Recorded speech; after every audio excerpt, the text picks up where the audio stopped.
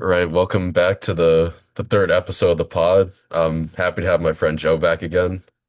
Thank you for having me back. Happy to Yeah. be here. So I want to mention something. So props to the Team USA. They lost 4-1 to Belgium the other night, and they they had a solid run. I mean, I'm not that knowledgeable about soccer in general, but making it to the round of 16 is a solid accomplishment for the most part, I think. And a lot of people are saying a lot of good things about Team USA, so got to give them props there. And so so recent scores, so the Mets lost 16 to 12 last night. Big big scoring matchup, and I think the Yankees lost last night, right? I'm not sure. Yes, they did. They did. And they're about to lose right now as well. Oh, I think it actually just ended. They just lost again. So yeah, so now they're Seriously, down. Now they're down 2-1 to the Rays in a four-game series. You can continue. because I saw they're going with the bullpen game tomorrow. No, no. Not good. It's not Not not a good. good thing. No, definitely not good. How many games are you? How many games are you back at the Rays? I think five now after this one. And then probably after tomorrow, six. Probably. I mean, you gotta have hope. Like I it's mean, gonna be a difficult test. but look. I mean, the thing is that it's 3-0. 3-0 was the score. So is that really the pitching? No, that's the batting. That's just we're not hitting the ball, we're not making good connections, we're not rallying. Um, you know, I mean, that's what happens when you're in a slump. yeah, All that stuff is gonna bottom out. yeah, On one night, the pitching's gonna do well, and then the hitting's not gonna do well, and then vice versa. Like you can't have two and two go together like correctly at yeah. least. Call it a pretty good game, all things considered. But they just couldn't pull it out. They just couldn't hit. Just can't hit. I mean, listen, you can't. Last night, you can't say that about the Mets, but they didn't get Yeah, any pitching at all. yeah. So to recap, they got an inside the Parker little league home run by Carson Bench, 3-run Hmm. homer in the first inning. I actually was not watching this game until I think it was 9-9, and so they got a 9-3 lead. Juan Soto hit another 3-run homer, solidifying himself as honestly the best hitter in the National League. And you can make a case as the best hitter in the league, but Alvarez has done a phenomenal job this year. I don't know what you think about that, Joe. I see your eyes rolling. No, it's not really that. I was no, I mean, I I'm not really keeping up too much with kind of the MLB. I know Schwarber's the home run leader. But yeah, I mean, obviously as a Yankee fan, I want to say that Soto's not, doing amazing things right now, but I mean, he did such great things for you guys the one year. yes, I for mean, sure. But he is doing great. So but compared to Alvarez, I think they're both obviously doing very well. It's tight. Uh I guess honestly you could give it to Soto right now, but yeah, I mean it's hard. It's hard when he's on obviously the Mets doing poor doesn't mean that doesn't his help him at stats all. are meaningless, but it would be better if he was on a better winning team, let's say. I mean, listen, I'm happy he's on the Mets. He's always been one of my No, I favorite mean, of, players. of course you are. The Yankees just, I think it was 17 strikeouts each for back-to-back That's games. ridiculous. That's ridiculous. So Yankees on the wrong side of history. That was the last two games. I wonder how many strikeouts they had tonight. Hopefully not another 17 to make it three back-to-back, but it was rough. It's rough. They're in a really bad slump right now. And like you keep saying, they'll get out of it, but it is We'll see, but they should. yeah, I hopefully. mean, going back to the Mets, they've honestly been a, you know, full season slump, if you like to say it that way, or just You could say that the definitely. simple term is just to say that they've been a bad team this year. Simple as that. So going back, continuing with last night, they were up 9-3, I think, and like a microcosm throughout the entire season, they haven't had any like consistency with the starting pitching or the offense. And last night really boiled down to the starting pitching not being available throughout the season. So many bullpen games, so many spot starts with non non major league caliber arms. I mean, they had to open the game with a reliever last night, and then they brought in Senga, who was demoted to the bullpen. He's 0 for 7 this season, 7 losses on the season, That and is and you could unfathomable. also and he's also been hurt for half the year. So just talking about Senga, he's been very unimpressive like always. He's he did poorly last night. Was was a big contributor in blowing the 9-3 lead. I mean, it's not really surprising in any sense, but it's just like something a repetitive thing that's happening over and over again with this guy. I mean, going back to his rookie year when he was supposed to be like, this generational Japanese pitcher. I wouldn't say generational, but like a lot of high expectations. He lived up to them, placing second. I think he placed second the rookie year of the year voting that year. He struck out 200 plus batters.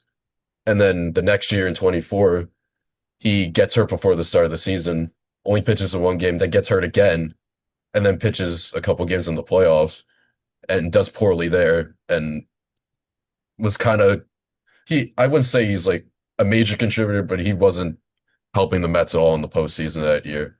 And then last season he was doing great, got hurt by an errant throw by Pete Alonso, and when he came back, he was just awful. It's just simple as that. And he's He, still awful. I mean, he's been walking guys all over the place. He can't put guys away with his forkball as he was once able to do.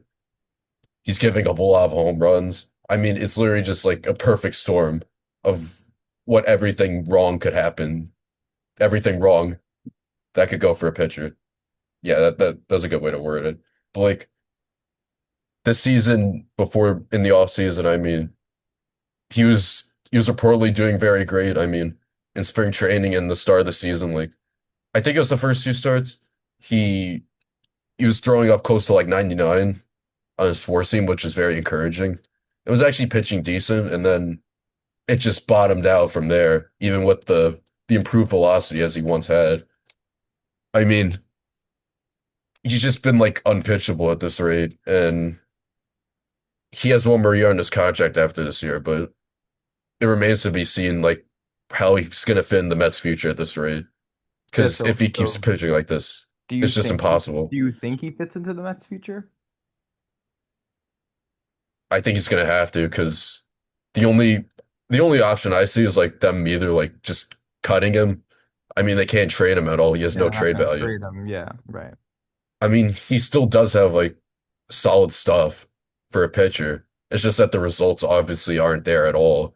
They've been like horrific, absolutely horrific. Mm-hmm. And the things I could see is like, yeah, like I said, they could cut him or keep him for next season. Maybe pray that he does better as a starter again, or just keep him as a reliever. I mean, it's a very like weird situation, Do you especially with think they like, would move him to reliever? well, they did already this season, but Oh, they did? yeah. Wow. But like the thing is with him, he's not the kind of guy that could go out and pitch with like any like discomfort or anything. He has to be Mm-hmm. like finely Perfect. tuned Yeah, in order to be effective at all. I right. mean, yeah, and the season's past, he's had to pitch on 5 days rest. I mean, 6 days rest in a six-man rotation. And I mean, I don't know what your take is on like the six-man rotations in baseball or anything, but like at least sometimes like it could affect other routines for other pitchers. And I don't think Senga was like super good, at least at least at certain parts, like at least in 25, where he could be like, Yeah. oh, he needs to pitch on 6 days rest, because it's affecting all the other starters, makes the other starters pitch less.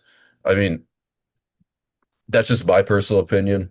And they reduce this workload as, I mean, days off because they were running a 5 man rotation early in the year with Freddy Peralta being traded to the Mets. Yeah, I think a 5-man rotation is much more effective. I mean, you don't want your pitchers getting cold. You don't want them getting less time on the mound. I they're recovered by then, by that fifth day. You don't need to do the sixth day. I mean, It I adds guess extra rest. That's like the, yeah, but do they really need that extra rest? I think it depends on the person. Like Senga I needs think it it. depends on the person. I also think it depends how much they pitched because sometimes you take a pitcher out because they pitched, 90 pitches. They pitched 100 pitches. They were doing this, they were getting Yeah. whatever, or sometimes you just take them out because they're blowing it. And yes, you take them out for the right reason, but they don't need as much rest. They don't really need rest. They just need to, find the strike zone again, figure it out, stay composed. Uh, but then I guess you wouldn't really need a bullpen day with a 6-man rotation.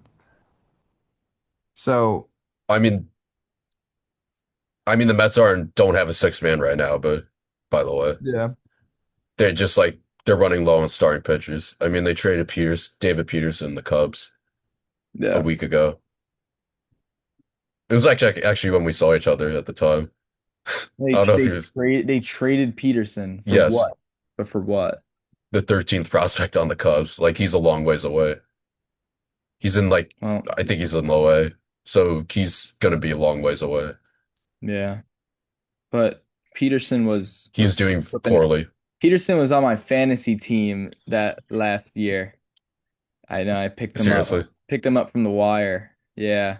He had some good games, he had some bad games, but he I was mean, he was yeah. a tale of two halves. Like last year, Yeah, he right, right. he made the All-Star team, first All-Star team that he's ever made in his career. And then in the second half, he just completely bottomed out. It was Exactly. like a break. Yeah, He was a big reason why the Mets lost on the final day. I mean, he was actually available and they didn't even pitch him. So because like they knew he he'd he blow was it. not doing good at all. Yeah. I mean, I don't want to talk about Mets in 2025, the final game in Miami, but yeah, You don't want to talk about Mets 2026. You don't want to talk about Mets 2025. I am talking about the 2016 though. No, I know, but you know, rough talking about it. I I mean, mean, yeah, even the Yankees right now, it's rough to talk about. I mean, listen, last night with the Mets, it was like a microcosm of the whole season. They got great offense. Polanco returned actually. He actually did pretty good, you know, for like after like 70 plus days on the of being on the IL. Yeah. I mean,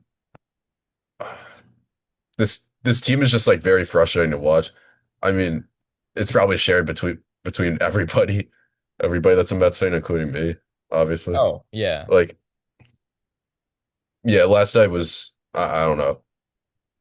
They definitely need to focus on selling at least at this deadline, Who the do you end of the think month. what do you think they'll sell? Well, they're definitely going to sell their middle relievers, at least the guys that aren't expiring contracts. Like I did mention on the last episode of the podcast, like AJ Minter, Brooks Raley, Brazamon's not an expiring contract, but I would Mhm. definitely look to move him if if the value is right. Right. I mean, they're going to trade Freddy Peralta probably. He's on expiring contract, even though he's done pretty poorly for the most part. He he was brought in to be the ace of this team, and at the start he was doing okay, and then recently he's just completely bottomed out. And before the season, he was like, "There's reports of him wanting a 7 year contract, but that's not going to happen anymore." 7 years. Yeah, I mean, I didn't even think that when they first got him, but Yeah, right. he's he's not a workhorse type pitcher. He's a five inning pitcher. Just pitches good for like a couple innings, and then Yeah. you got to take him out. He works long counts. mainly tries to strike you out. He's not going to rely on ground balls or weak Yeah. contact most of the time. Which is fine, but then He was you have elite to last get year around. Yeah. throughout his career. I mean, yeah, he's going to definitely be traded at this rate, but the return is like yet to be seen at least. He'll probably be a valuable pitcher on the market because starters don't. It's very hard to find decent starters in the league at least, and he has the track record to prove to get a potential decent haul at least. I mean, it would have been better if he was pitching well, but yet again, he's not, and the Mets have been pretty poor because of that. Not not making him the main culprit, but he's Yeah, definitely it's everything. It's everything. yeah. So I would say those definitely the two middle relievers, Raleigh, Minter, and Peralta will be traded, no question.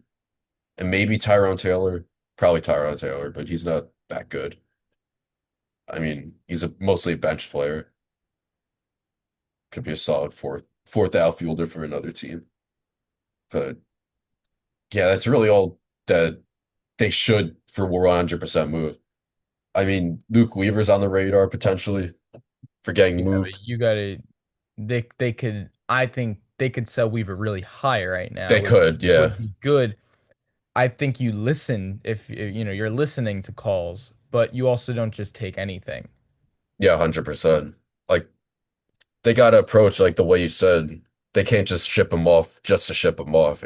Yeah, right. Just for any sort of value, it has to be for something good, especially right now because they're in the position where they can get good stuff for Weaver right now. The Mets have a lot of leverage with him right now, at least. Yeah. I mean, they have him for another year in his They have another year on his contract. Pitched phenomenally. He's Yeah. been their best reliever this year, and every team would want him for sure. He'd be probably one of the best relief pitchers on the market. I can see there being a big trade that involves him. I could see it. Yeah, yeah, 100%. But they got to do it for the right haul, like you said. It It'll can't just. definitely it's definitely gonna be a team that's like pushing. It's not just gonna be a like a like a low like team. It's gonna be a good team that's trying to make a push, and they need that, you know, good reliever to solidify the bullpen, and they'll give a lot. He has to get a lot. I mean, he hasn't allowed a run since April. Yeah. That like an earned run, excuse me. But yeah, he hasn't allowed an earned run since April. I mean, this guy is he's proven it before with the Yankees as well, 24. And this year is just like further proving the point that he's like an elite reliever. Elite, and he's been the Yeah, setup man. take away last year, I Weaver mean, in he was hurt 24 was last great. year. Yeah, but like in 24, Weaver was great and he's doing great now. He's definitely should be on the radar for a lot of teams pushing. I could see kind of like a Sauce Gardner kind of trade where it's like a team It's that's not gonna be like pushing. that, but No, I know, but I'm saying I'd say it'd be a big package where it would be like a team that's pushing that is very confident in their current roster and just wants something to solidify a position. And then I think the Mets could get a lot out of it. yeah, for sure. I mean, I'll say this, like throughout the many years I've watched the Mets, I mean, I would definitely put him amongst like a very small category of relievers that like I could like genuinely trust and not be like scared of them like, fizzling out or not being confident enough.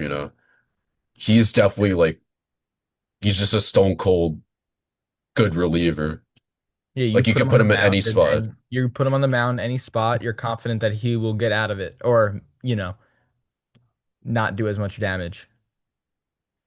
I mean, this isn't something I actually don't feel that way about Edwin Diaz at all throughout all the years he's been with the Mets. Which is pretty Yeah, funny. I would place he's definitely in a small category of mine of like people I could trust. Like no matter what, like he's coming Yeah, through. yeah, yeah. Like always, all the time, trust. I get you. there's this one guy, I don't know if you know David Robertson. He pitched to the Yankees. Yes. He was another guy I felt the same way about. He's in your small category. The funny thing is that they're both former Yankees, but I mean he's Yeah. retired now, Who but else is in your who else is in your small category? I mean this is like a long I would say Brooks Raley, like the guy the Mets have right now. He's a lefty. Okay. He's always very reliable, locked down. Any team would any team would love to have him. He's probably one of the best lefties in the game. No matter what, he's always reliable, doesn't walk anyone, strikes out a lot of people. He's just solid. And I would probably say there's this one guy like his name was Addison Reed. They had him when in the 2015 season when they made the World Series. He was very good. Always reliable. I mean, I know I just mentioned like probably three of them are setup men, but setups man is a pretty stressful position, very important position. Yeah. I mean, they got to come in right before the ninth. They're usually put in to face the best hitters in the lineup most of the time because usually now they just keep make the closer when we pitch in the ninth, like just the ninth only, regardless of who they're pitching to or Yeah. like like even if the matchups don't favor him, like they'll put him in. You know, like the Chapmans, the Yeah.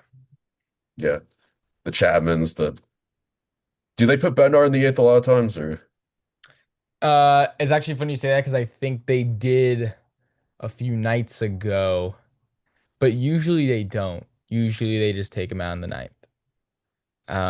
But they did do that a few days ago, and I was very. The other thing about Bednar is that he's not a very like. I know we talked about him last, and I don't want to stay on it a long time, but I think the reason they can't do that also is because he isn't just get in there, get out. It's a long inning. it's always 40 pitches, 40 Right. pitches. He can't ever find a strike zone. It's always two or three balls at least. And he's not just getting out of there one, two, three. It's always a high pitch count. So I don't think you really can put him in at the middle of or the end of the eighth if your setup man struggling and he can pitch, 1.1, 1.2, or even two innings. Uh, that's why that's I think his problem is that he can't just get in and get out. So there are closers that can do that, and that's why you can put them in earlier because their pitch count doesn't exhaust. Yeah, definitely. I mean, a lot of these relievers are built different, but like we were mentioning, like Luke Weaver can 100% do that. Oh, for sure. I mean, For you, sure. you could put him in for 2 innings and you'll do great. Or just put him in a. I remember when they faced the Yankees and they put him in a base load, no out spot, and he stranded all the runners somehow. But Not a fan of that moment. no, I mean, listen, we'll see if maybe he becomes a Yankee again if you guys Maybe. offer a great Maybe. package. Little reunion. We'll see. But yeah, so leaving the Mets and Yankee stuff behind, I wanted to bring up the recent LeBron James rumors. Yeah, I mean, he's now I forgot who tweeted it. It's probably Shams. But like, definitely his Sham. final his final three destinations are the Heat, 76ers, and Cavs, two of the teams he was originally on. Yeah. I don't know. I think if he goes to the Heat, I think that breaks the NBA. I No? mean, Like not breaks, but like I think that well, where do you think he would do best? I think he would I think you do do best in Cleveland. in Cleveland. Well, they just extended Donovan Mitchell, Yeah, so he's gonna be there another 4 years. You're they have gonna have, you're gonna have Harden. yeah. Um, I They think have Jared Allen. They have I Evan think Mobley. yeah, I think the 76ers would, but then they have Jalen Brown now. Yeah, and he's a small forward. I mean, LeBron's a which small one is forward. he? He's a small forward. Okay. I mean, they both play the same position, but I mean, No, yeah. even if that happened, it could work out. But if he went to 76ers, I would just like hate him even more than I already do. But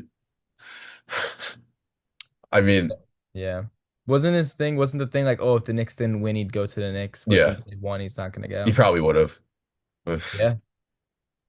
what would you think of that if that in another If world that if happened? we if we if we lost and LeBron came, or if LeBron just came and we won. Whatever you want to think. I can do both. I mean, I'm more happy with the reality we're in. Knicks got the chip. LeBron. I also think LeBron, even if he were to come to the Knicks now, I think that breaks what the Knicks already have. The Knicks, that starting five is that's a chip starting five. Obviously last year was a very easy year for them to push, and they were lucky enough to play a young Spurs team, and maybe their playoff matches in the East weren't as great, or they were great, but I'm saying the teams that they were playing weren't playing up to a par. But I think LeBron being in New York, I think it'd be cool. I think it'd be awesome. It'd be hype, but I don't think it would be better for the team because they would try to maybe force him into positions that he doesn't have to be in, and it would take away from the rest of the team and the chemistry that, the starting five, and not even just starting five, the bench, the Knicks, the reason the Knicks did so well is was their ability to um use the whole team. The reason that they lost in the past 2 years, they lost in the They didn't conference have any finals bench. where they didn't have a bench. And Tibbs didn't want to bring out the bench. It was keep the starting five out all the time. And even if it wasn't working, that changed this year. That is why they made a better push. I think you add LeBron into that mix and it kind of screws up what they already built. A team that already is championship caliber. Um, I think in the other hand, though, you look at the Sixers and you look at the Heat. No, not the Sixers. Yes, the Sixers, the Heat, and the Cavs. I think I think him retiring as a Cavalier is probably what he wants. What he You wants know? is to be, happy according to him. Yes, yes. What he wants is to be happy. I don't see why he wouldn't be happy in I think they Cleveland. would just be the best fit in general. I think And it's the best fit for him as well. Yeah. Uh, even though it would be interesting to see him on any of those teams because he's gonna do good things, and that team is gonna have crazy media coverage. And I mean, I think Giannis and LeBron. I mean, obviously there was Luca and LeBron, so that was obviously huge. I But mean, I don't think they really got along that well, to be honest. really, I really No. don't know. Uh, I'm sure they'd put their differences aside. I mean, you kind of have to, but like they No, I haven't know, but I think they'd figure that out. they weren't able to, unfortunately. I Yeah. mean, they didn't end up winning at all. Yeah. They've been pretty poor with each other on the team. I mean, at least in terms of winning standpoint in the playoffs. But Yeah. No, I know. But so you're on board with the with Cavs? yeah, I'm on board with the Cavs. I think if he does go to the Cavs, that gives them a huge boost. I mean, any of those teams gives them a huge boost. Unk still has it. It's crazy what he's able to do. Still. He's the most durable athlete of Yeah. this generation. Yeah. How he's still able to do what he's doing right now is insane. So, but is his thing that he wants, is he going vet minimum? Or like what is he I doing? don't know. I mean, I mean, I don't obviously think we he don't cares about know, the but money, I think I apparently. don't think I don't think he could care. I don't think he should care about money. I think he should go to the team that he would A, feel most happy with, or B, that he feels like he can make a chip push with. So who do you think of those three teams, if he went there, they'd be most likely to win the championship, make a championship run? That's what I was trying to say. I would say the 76ers, but I don't think he fits with the team. I think it's just like adding just talent to the team, obviously with LeBron. But with the Cavs, I think he just fits in with the rest of the team, like with what they already have at least. I mean, he kind of fits in like a glove. He could play small forward and play along with like four really good players, Yeah, to be honest. I mean, you have Mitchell, Harden, Mobley, and I forgot the other guy, Jared Allen. Yeah. I mean, that's a great starting that's an four, amazing start. That's an amazing starting starting five. five. Excuse me. That's great. That's an amazing starting five. I would be scared. to play that team all the time. The Heat, I don't think he should return to the Heat at least. I think with the Cavs going back to his hometown for the third time, I mean, Right. It would be the third time. That's true. I think that would be the best for him. And I mean, yeah, that's no doubt in my mind. Yeah. I think he should either just do that or retire, personally. Yeah. Like, No, he's definitely not going to retire. I know he's not, He but that's wants to just my do, fit. he wants one more ride. Well, the other thing is then what is it, just one more year at these I don't places? know. Like, Who would he, knows with like, him? I mean, you can't, it's one thing to say it's easy. Oh, it's easy. He's so old. What is he, 41 now? I don't know 42? the exact. He's over 40 for Yeah, sure, but he's like, definitely over 40. I But mean, obviously that doesn't matter. He is, I mean, the thing is with him, I think he has a there's a part of his mind where he's like, I need to like, end the GOAT debate. That's, in my opinion, I don't think it's ever going to be questioned that he's not the GOAT. really. Yeah, I don't know what you think about that, but You're yeah, Jordan, yeah, but 100%. you don't even you hear an argument, you put the phone down. You don't even listen. Well, I'll listen, but like, No, I know, but I'm just saying you can't even be convinced. no, no way. That would be a fun episode to do who's the I GOAT. mean, what do you think? I mean, you got to see what LeBron can still do. What more can I he don't do? think there's any more I winning in him.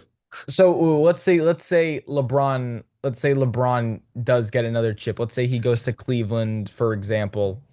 He goes back third time championship, and he's actually like a big part of it. It's not just like, I don't oh, think he would be though. I mean, the players on his team are much more talented than him.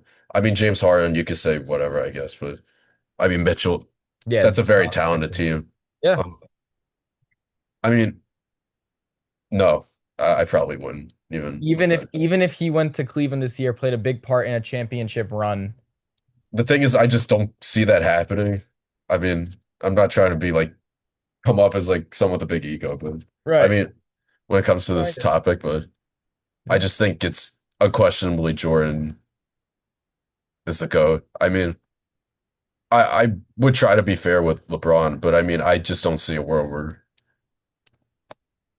me personally, I don't think it's very unlikely he wins another chip. Yeah, that's fair.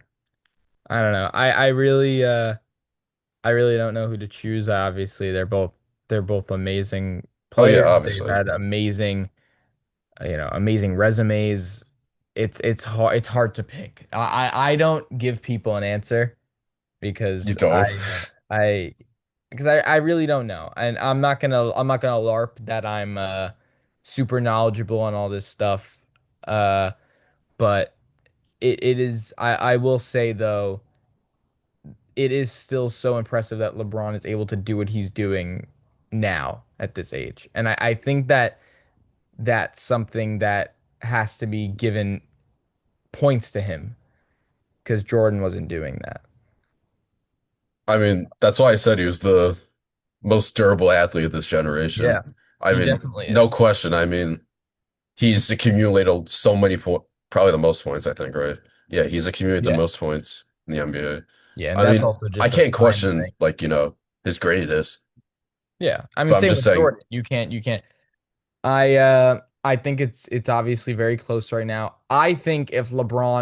I don't think it's close. But I think if LeBron goes and wins another chip, I think it's LeBron.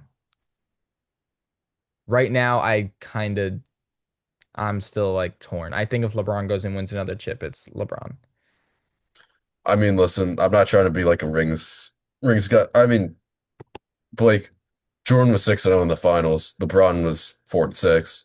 I mean, I'm not gonna say like, the GOAT's determined purely just have how by how many rings you have. But like Yeah, I the mean, thing but is with that is the highest honor. I mean, if that was the case, then Bill Russell would be the GOAT, but Right. that's not the case. I mean, the thing is with Jordan, like why I say that is because yeah, he's obviously the first thing I'll say is like obviously, yeah, he's 6-0. He's 4-6. And Yeah. I mean, he was obviously the more dominant player. I mean, he he averaged over 30 points in his career, and I don't. LeBron's like 27, I think. I Yeah. mean, Jordan was a much better free throw shooter. Also, he they didn't get to. He never got to Game 7, the finals, Yeah, he just closes it out. and I still think though, I think if 42-year-old, or I looked it up, he would be 42 years old. If 42 years old LeBron James wins a chip next year and then says sayonara, I think it is a it would much, be a storybook ending. But yeah. Yeah, but I especially with the Cavs, I think that would be I think that would close the book. But that's just me. That's just me. I mean, listen. I mean, listen. Your take's your take. Yeah. I can't deny that would make his case look a lot better. That But would, yeah, his stock would skyrocket for sure. I mean, I'll always be a Jordan lifer. But Look, I mean, I kind of inherited that from my dad a little bit. But yeah. And that's fine. But when LeBron wins his next chip, or if I'm just doing it you're for the predicting bit. the future. Right. If LeBron wins another chip, I think you might have to rethink that. And he's a big part of it. I'm not just saying if he sits back and Donovan Mitchell and James Harden just have a crazy whatever. But That would probably have to be the case. yeah, we'll see. We'll see what happens next season. We'll see where he goes. I'm very excited for next NBA season just because of all the moves. You want to see how all these players interact, how these teams play, what changes, where LeBron goes, all that stuff. It's exciting, and I think it's going to be fun to talk about when the time comes. Yeah, for sure. I mean, I think we're heading to an end for this podcast. I mean, very thankful to have you on again. And of course, thank you Glad for we, having me. I'm always happy. I'm always happy to join. you're great guest to always have on the show. Thank you. Yeah, do you have anything else to say or No, not really. I obviously thank you again for having me on. We'll see what keeps happening with the Yankees, the Mets, what happens at the trade deadline, what happens, we'll see. And we'll see where LeBron goes and we'll come back with an update and we'll see what's going on. yeah, for sure. I'm very excited for what's coming up in sports and what I love about sports and being a fan of like the major sports like is that there's always something exciting happening at one point and they do that on purpose and obviously it's amazing because there's always something to be excited about even in the off season. So I mean, for sure. Yeah. I mean, thank you for being on, obviously, and peace out. Peace out. I yeah, mean, bye guys. bye, guys.